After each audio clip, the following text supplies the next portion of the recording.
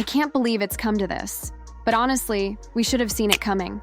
With King Charles on his way out, Prince William is expected to take over the crown. And apparently at the top of his list is to say, "Peace out, Meghan, you're done." And he plans to formally strip Meghan Markle of her royal title. After years of turmoil, icy glares, media battles, and an avalanche of public breakdowns, Prince William has reportedly done what many thought the palace never would. He's issued a lifetime ban on Meghan Markle, and I don't mean some petty, let's keep her at a distance kind of move. I mean banned for life, no appearances, no invitations, no reconciliation, nothing. Well, Her Royal Highness Meghan Markle, Duchess of Sussex, is about to be stripped of her official title. And here's the revelation that sparked it all. Whispers that Prince Harry is finally preparing to call it quits a divorce, the one thing the firm has allegedly desired from day one. And now it looks like William is seizing full advantage of that shift. This isn't just another spat between in-laws. But I just can't stand her. I just think she's such a phony. In your $29 million mansion, all right? This is a full-blown royal rupture, like tearing a 1,000-year-old scroll right down the middle and saying, "We're done pretending what we're witnessing isn't just the collapse of a modern marriage. We're watching the monarchy bare its teeth." And for once, it's not hiding behind velvet gloves or carefully worded press releases. It's personal, it's public, and it's ruthless. Brat, to be honest, and very, very entitled. Let's not sugarcoat this. Prince William is reportedly done playing nice behind closed doors. He's drawn a line in the sand. According to royal sources, he's told Harry in no uncertain terms, "If you want back in Meghan's, got to be out, period." And honestly, I believe it. I've never seen this sort of. I've never seen someone that struggles to just give us like one strip of authenticity. The way events have unfolded over the past few years, it's crystal clear that William views Meghan as the ticking time bomb that shattered the royal family from the inside. Since Harry wedded Meghan in 2018, everything has changed his relationship. With his brother, his role in the monarchy, his reputation, his home, his country.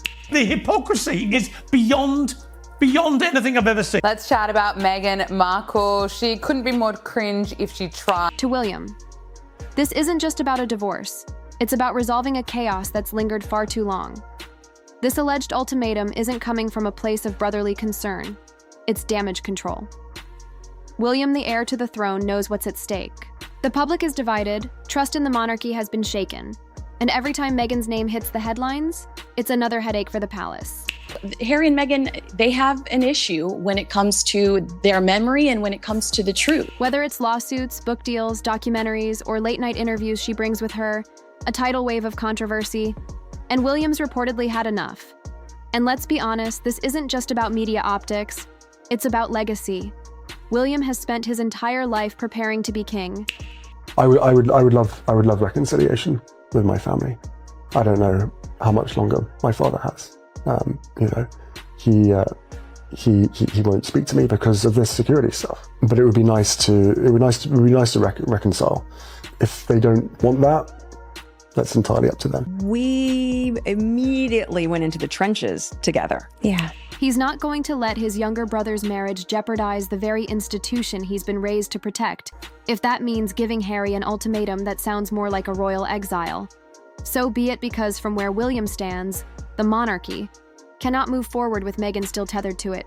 And if Harry won't make that cut himself, William will. Let's not pretend Meghan Markle is some passive royal bride caught off guard. When the stakes are this high, doesn't it make more sense to hear our story from us? Oh, shut up. What do you mean the stakes are this high? Who do you think you are? Other than a latte-munching imbecile living in luxury in California while the rest of the world's a cost of living crisis, moaning and whining about an institution which gave you the titles on which you now trade millions of dollars. What are you talking about? What stakes? She's not retreating silently. Not even close, in fact. I think she's already playing the long game, and she's doing it with precision. Every step she's taken lately reeks of someone preparing for a life that doesn't include Harry. And honestly, she's not just surviving the rumors, she's capitalizing on them. Let's start with the brand. But she said she was in the trenches. She alludes to being in the trenches when she was in the British royal family. Girl, you lived in a castle. Like, you got a princess title. People were falling at your feet. People would run your bathwater for you. I mean, I could list the things, the perks. I could list them forever. The trenches. She has got to. The Delulu is on another level. Sometimes I envy it. As ever, clean, minimalist, soft-spoken. But beneath the neutral aesthetic is a very bold message. Meghan is ready to profit from her version of the fairy tale, and she's doing it without Harry. Anywhere in the branding, not a single trace the timing too. Perfect. Right when divorce rumors surge, she launches a lifestyle empire built entirely around her solo identity. The American actress who became a duchess, who tried to destroy the royal family, which then booted them out of England. It's not Harry and Meghan's vision. It's her name, her taste, her curated life, her world. Then there's her Netflix project with Love Meghan. And let's just call this what it is, a rebranding campaign in real time. The title alone says everything. It screams, I'm still lovable, I'm still relatable. She is relentless, she is shameless, and she is exhausting. You are not a successful female entrepreneur. And I don't need a prince to be relevant. You can sense the subtext radiating through every frame. She's crafting a world where she's not the controversial duchess, but the misunderstood woman who escaped from the palace walls to find herself, and conveniently to keep the spotlight while doing it. It was agreed with Queen Elizabeth that they will not use the HRH title. That is a long-standing precedent, and there's good reason for it. Basically, the HRH is only given to working royals and senior members of the royal family. People act shocked that she's not tackling the rumors directly, but why would she? Meghan doesn't deal in press statements anymore. She lets her projects speak for her. This isn't damage control, it's empire building. Every Instagram post, every podcast. Whisper, every product launch is her way of saying, I don't need the crown, I have my own. What makes this even more revealing is how absent Harry has been from all of it. No joint promotions, no Family Man cameos, no heartfelt collabs if that doesn't scream calculated distance. I don't know what does she's writing her next chapter, and from the looks of it, Harry isn't holding the pen. Meghan knows the game, and say what you want about her, but she knows how to leverage social media better than anyone in that family. When the divorce headlines started gaining traction, she didn't call a press conference. She didn't issue a denial. No, she dropped an aesthetic gem on Instagram, and it was as deliberate as it was emotional. The image was soft, curated, and deceptively simple. Meghan glowing in a golden field, bare baby bump exposed, radiating peace and motherhood to the casual eye, beautiful, poetic, vulnerable. But let's be real. It was a message wrapped in silk and filtered light that wasn't a photo. It was a declaration she wanted the world to know. I carried my own children. I'm a mother. I'm not going anywhere. This wasn't some blurry paparazzi snap. This was a meticulously crafted image from a woman who knows how to shape headlines with a single frame, and it worked. The post went viral, fan pages, gushed, outlets scrambled to analyze every detail, the lighting, the clothing, the symbolism, but beneath the pretty picture there was something colder happening. This was crisis branding at its absolute finest. Meghan knew exactly what rumors were circulating. The surrogacy. Chatter, the marriage collapse. Whispers, the talk of her being pushed out by the royal machine, and instead of issuing a rebuttal, she beat everyone to the punch by taking control of the narrative in the most digestible way possible, an Instagram post that looked like a daydream but functioned like a nuclear shield. The thing is, this strategy isn't new for Meghan. She's always used emotion as armor. She doesn't fight fire with fire. She fights it with curated vulnerability, and people eat it up. But this latest post, it felt different. It felt like the start of a new campaign, a solo campaign, a declaration that no matter what happens with Harry, she's going to remain in the public eye, drenched in honeyed light and sympathetic undertones. The message was clear. I am not the villain, and honestly, that post wasn't for her critics. It was for the fans, for the next chapter, for the book deal, for the streaming rights. Because if Meghan has proven anything, it's that she always stays 10 moves ahead, and her Instagram is just the chessboard. Don't let the curated photo ops and carefully crafted smiles deceive you. Things behind the scenes are allegedly crumbling. Meghan and Harry might still be appearing at charity galas clinging to each other's arms and matching neutrals. But sources are painting a completely different picture, a bleaker one where the public hand-holding is just that, a performance. Because here's what people keep missing. Meghan has already openly admitted to feeling incredibly lonely in this chapter of her life. Not just a little off or overwhelmed, but incredibly lonely. That kind of language doesn't emerge out of nowhere. It slips through the cracks when the perfect image is starting to fracture it. Screams that something's off, that the emotional distance between them isn't just tabloid fantasy. It's real. And if you zoom out, the signs are everywhere. They're doing fewer joint appearances. Their business ventures completely distinct branding. Meghan's launching a lifestyle empire, while Harry's focusing on his environmental and military projects. They're building parallel lives, not a shared future. And that's not just odd for a high-profile couple. It's telling when two people are truly connected, their lives, intertwine, their goals align, their public messaging stays consistent. But with Harry and Meghan, lately everything feels fractured.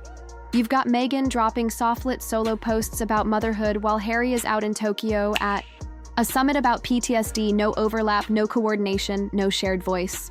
And let's not ignore the body language in recent appearances. Harry has looked distracted, tense, almost resigned. Meghan, on the other hand, remains camera-ready, polished and poised. But the chemistry that once had them gazing at each other like teenagers at prom gone. The spark has faded. The synergy has vanished to the public. They're still pretending, still walking the line. But to anyone paying attention, the distance between them isn't metaphorical, it's measurable. And I think they both know it. They're just not ready to say it out loud. If there's one thing the royals value more than tradition, it's control. And right now they're reportedly watching Harry and Meghan spiral from afar, and they're done waiting for. The fallout word is Prince William has already made up his mind when he ascends the throne. The gloves are coming off no more. Half measures, no more polite tolerances. He's planning to strip Harry and Meghan of their HR titles permanently. And let's be clear. This would be massive. Stripping someone of the His or Her Royal Highness designation is like surgically excising them from the institution's bloodstream. It's the ultimate royal rejection. The monarchy doesn't just use titles for ceremony. They use them to draw lines. You're either in or you're out. And according to sources, William wants them out completely. And honestly, I don't blame him for years. Harry and Meghan have allegedly dragged the royal name through the mire with interviews, documentaries, and endless PR spins that depict the family as out of touch, cold, and cruel. Every time they go on camera, the firm takes a hit. Every time they speak, more trust gets eroded. And from William's perspective, that isn't just annoying, it's dangerous. It weakens the crown. So this isn't about sibling rivalry. This is about legacy, about the future of the monarchy. William is stepping into the role of king, not just brother, and he knows he has to act like it.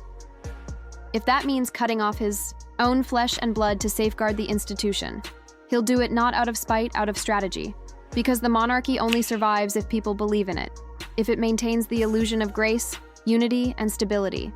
And right now, Harry and Meghan are the biggest threat to that illusion. They've built a brand by tearing at the very walls that once shielded them, and William's not going to let that slide into his reign. Not on his watch. So when people say William's decision to revoke the titles is too harsh, I say it's long overdue. The royals tried diplomacy, they tried silence, they tried turning the other cheek. But that chapter's over now. This is the royal family fighting back. And if the reports are true, this time it's permanent. The alleged lifetime ban of Meghan Markle by Prince William signals a significant escalation in royal tensions. It's a stark reminder that even the most storied institutions are not immune to personal conflicts and public scrutiny as the world watches. The royal family faces a pivotal moment that could redefine its legacy.